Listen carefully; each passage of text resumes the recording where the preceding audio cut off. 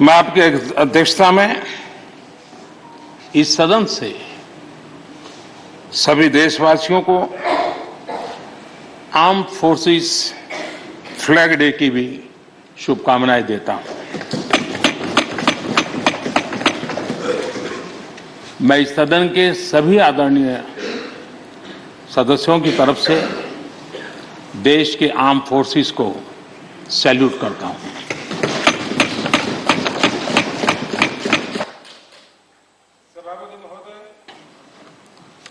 आज संसद का ये उच्च सदन एक ऐसे समय में आपका स्वागत कर रहा है जब देश दो महत्वपूर्ण अवसरों का साक्षी बना है। अभी कुछ ही दिन पहले दुनिया ने भारत को G20 समूह की मेजबानी का दायित्व सौंपा है। साथ ही ये समय अमृत काल के आरंभ का समय है। ये अमृत काल एक नए विकसित भारत के निर्माण का कालखंड तो होगा ही, साथ ही भारत इस दौरान विश्व के भविष्य की दिशा तय करने में भी बहुत अहम भूमिका निभाएगा। आदरणीय सभापति जी, भारत की इस यात्रा में हमारा लोकतंत्र, हमारी संसद, हमारी संसदीय व्यवस्था, उसकी भी एक बहुत महत्वपूर्ण भूमिका रहेगी। मुझे खुशी है कि इस महत्वपूर्ण कालखंड में उच्च सदन को आपके जैसा सक्षम और प्रभावी नेतृत्व मिला है। आपके मार्गदर्शन में हमारे सभी सदस्यगण अपने कर्तव्यों का प्रभावी पालन करेंगे। ये सदन देश के संकल्पों को पूरा करने का प्रभावी मंच बनेगा।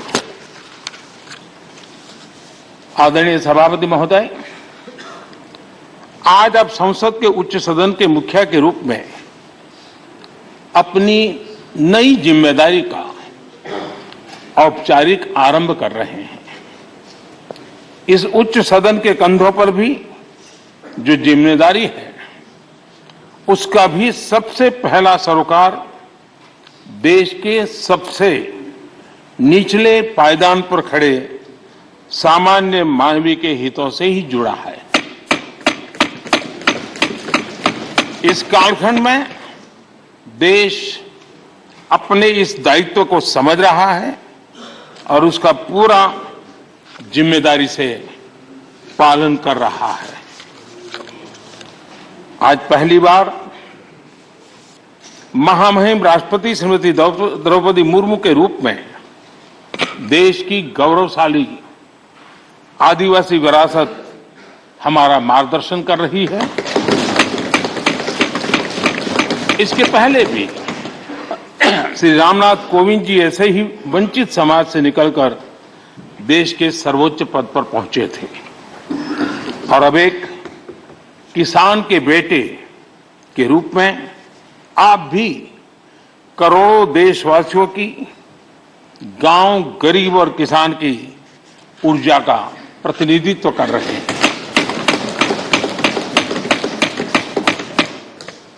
आदरणीय सभापति जी, आपका जीवन इस बात का प्रमाण है कि सिद्धि सिर्फ साधनों से ही नहीं, साधना से मिलती है। आपने वो समय भी देखा है जब आप कई किलोमीटर पैदल चलकर स्कूल जाते थे। गांव, गरीब, किसान के लिए आपने जो किया वो सामाजिक जीवन में रहे हर व्यक्ति के लिए एक उदाहरण है। आदरणीय सभापति जी, आपके पास सीनियर एडवोकेट के रूप में 3 दशक से ज्यादा का अनुभव है। मैं विश्वास से कह सकता हूं कि इस सदन में आप कोर्ट की कमी महसूस नहीं करेंगे।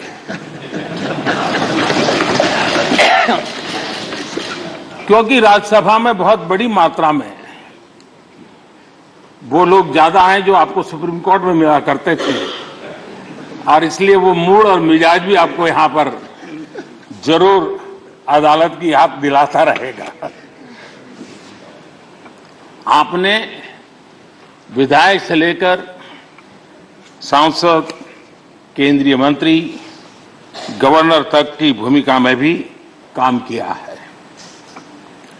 इन सभी भूमिकाओं में जो एक बात कॉमन रही वो है देश के विकास और लोकतांत्रिक मूल्यों के लिए आपकी निष्ठा। निश्चित तौर पर आपके अनुभव देश और लोकतंत्र के लिए बहुत ही महत्वपूर्ण है। आदरणीय सभापति जी, आप राजनीति में रहकर भी दलगत सीमाओं से ऊपर उठकर सबको साथ जोड़कर काम करते रहे हैं। उपराष्ट्रपति के चुनाव में भी आपके लिए सबका वो अपनापन हमने स्पष्ट रूप से देखा। मतदान के 75% वोट प्राप्त करके जीत हासिल करना अपने आप में अहम रहा है। आदरणीय सभापति जी, हमारे यहां कहा जाता है नयति इति नायकः, अर्थात जो हमें आगे ले जाए वही नायक है। आगे लेकर जाना ही नेतृत्व की वास्तविक परिभाषा है। राज्यसभा के संदर्भ में ये बात और महत्वपूर्ण हो जाती है क्योंकि इस सदन पर लोकतांत्रिक निर्णयों को और भी रिफाइंड तरीके से आगे बढ़ाने की जिम्मेदारी है। इसलिए जब आपके जैसा जमीन से जुड़ा नेतृत्व इस सदन को मिलता है तो मैं मानता हूं कि ये सदन के हर सदस्य के लिए सौभाग्य है।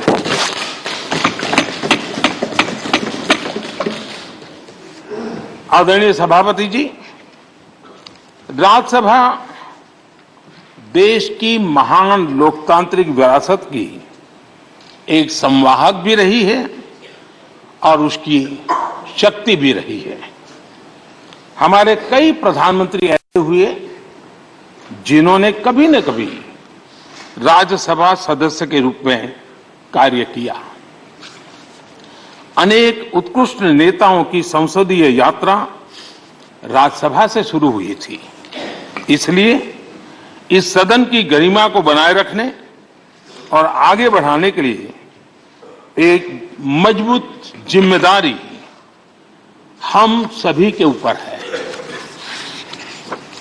आदरणीय सभापति जी, मुझे विश्वास है कि आपके मार्गदर्शन में ये सदन अपनी इस विरासत को, अपनी इस गरिमा को आगे बढ़ाएगा, नई ऊंचाइयां देगा।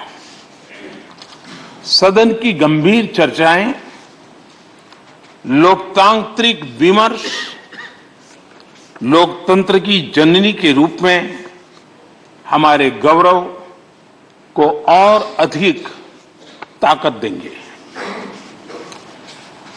आदरणीय सभापति महोदय जी, पिछले सत्र तक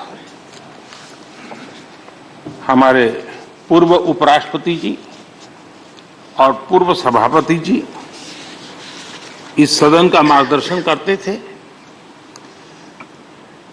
और उनकी शब्द रचनाएं, उनकी हिंदी सदन को हमेशा प्रसन्न रखती थी। ठहाके लेने के लिए बड़ा अवसर मिलता था। मुझे विश्वास है कि आपका जो हाजिर जवाबी स्वभाव है वो उस कमी को कभी खलने नहीं देगा और आप सदन को वो लाभ भी देते रहेंगे। इसी के साथ मैं पूरे सदन की तरफ से, देश की तरफ से, मेरी तरफ से आपको बहुत बहुत शुभकामनाएं देता हूं। धन्यवाद।